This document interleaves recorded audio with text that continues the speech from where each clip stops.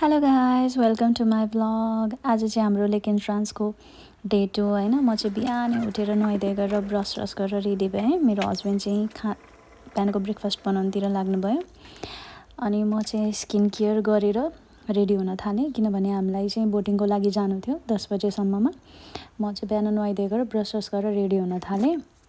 Ready भइसकेपछि चाहिँ म ब्रेकफास्टको लागि गएँ। मेरो हस्बेन्डले चाहिँ हाम्रो लागि ब्रेकफास्ट बनाइसक्नु भएको थियो। रेडी भएपछि चाहिँ म यस्तो देखिया छु।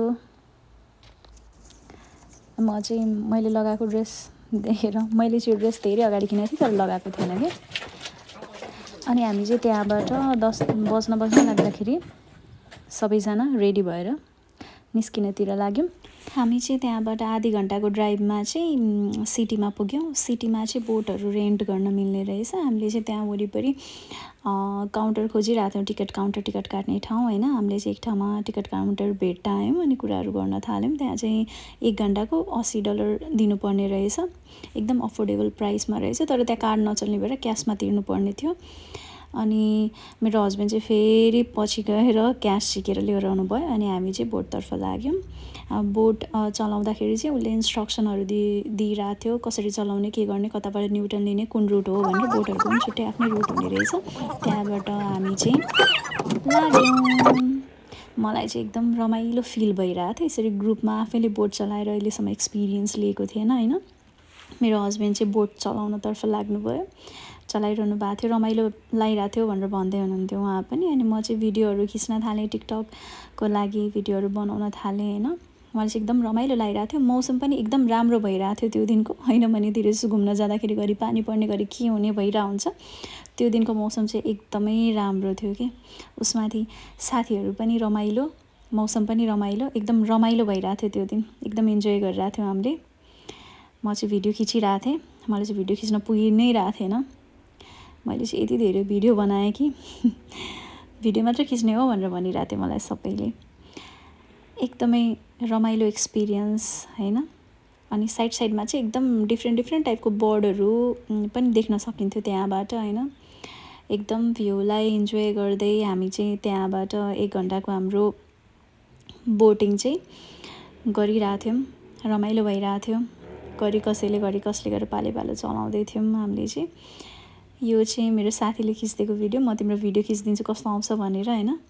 एकदम रमाइलो फिल भइरहेको थियो। त्यसपछि हामीले चाहिँ 1 घन्टाको बोटिङ सिध्याएपछि त्यहाँबाट फर्क्यौँ। त्यहाँबाट फर्किसक्दाखेरि चाहिँ हामीले चाहिँ एकदमै भोक लागिरहेको थियो हामीलाई चाहिँ। अनि हामी चाहिँ के खाने भनेर रेस्टुरेन्ट खोज्न थाल्यौँ। अनि त्यहाँ नजिकै चाहिँ एउटा KFC रहेछ अनि हामी KFC गयौँ। KFCमा गएर अर्डर गऱ्यौँ र त्यहीँ बसेर हामीले चाहिँ खाजा खायौँ। खाजा खाइसकेपछि चाहिँ त्यही नजिकैको एउटा चौरमा बसेर हामी चाहिँ एकछिन थकै मार्यौँ, भ्यू हेर्दै रमाइलो गरिरहेको थियौँ। हामीले चाहिँ त्यहाँभन्दा अलिकति परपट्टि गाडी राखेको थियौँ अनि त्यहाँबाट 15 मिनट जति हिँड्दै फेरि हाम्रो गाडी भएको ठाउँतिर पुग्यौँ। फाइनल्ली हाम्रो गाडी आइपुग्यो। त्यहाँबाट चाहिँ हामी त्यहाँ नजिकैको बिचतर्फ लाग्यौँ। बिचमा जानको लागि चाहिँ हामीले ड्रिङ्कहरू हालेर लिएर आएको थियौँ होइन। त्यहाँबाट 15 मिनट हिँडिसकेपछि हामी बिच आइपुग्यौँ। एकदमै ठुलो, एकदमै रमाइलो बिच थियो त्यो। म चाहिँ बिचमा पुग्नासाथ ड्रेस चेन्ज गरेर भिडियोहरू बनाउन थालेँ। यो दिन चाहिँ मैले सनस्क्रिन लाउन बिर्सेछु, तर टेम्परेचर पनि एकदमै लो थियो। मैले सनस्क्रिन लाउन नै बिर्सेछु, त्यही भएर मेरो चाहिँ ब्याक साइड पुरै सनबर्न भएको थियो, हातहरू पनि पुरै सनबर्न भएको थियो। यदि तपाईँहरू पनि बिचमा जानुहुन्छ भने सनस्क्रिन बिना चाहिँ नजानु होला, झुक्किएर पनि नजानु होला, नबिर्सिनु होला। हामी चाहिँ त्यहाँबाट 1.5 घन्टा भइसकेपछि चाहिँ घरतर्फ लाग्यो। हामी चाहिँ निकै थाकेका थियौँ आज घुम्दा। यो चाहिँ मलाई मेरो बेबीले दिनुभएको गिफ्ट। एकदम राम्रो लागिरहेको थियो मलाई चाहिँ।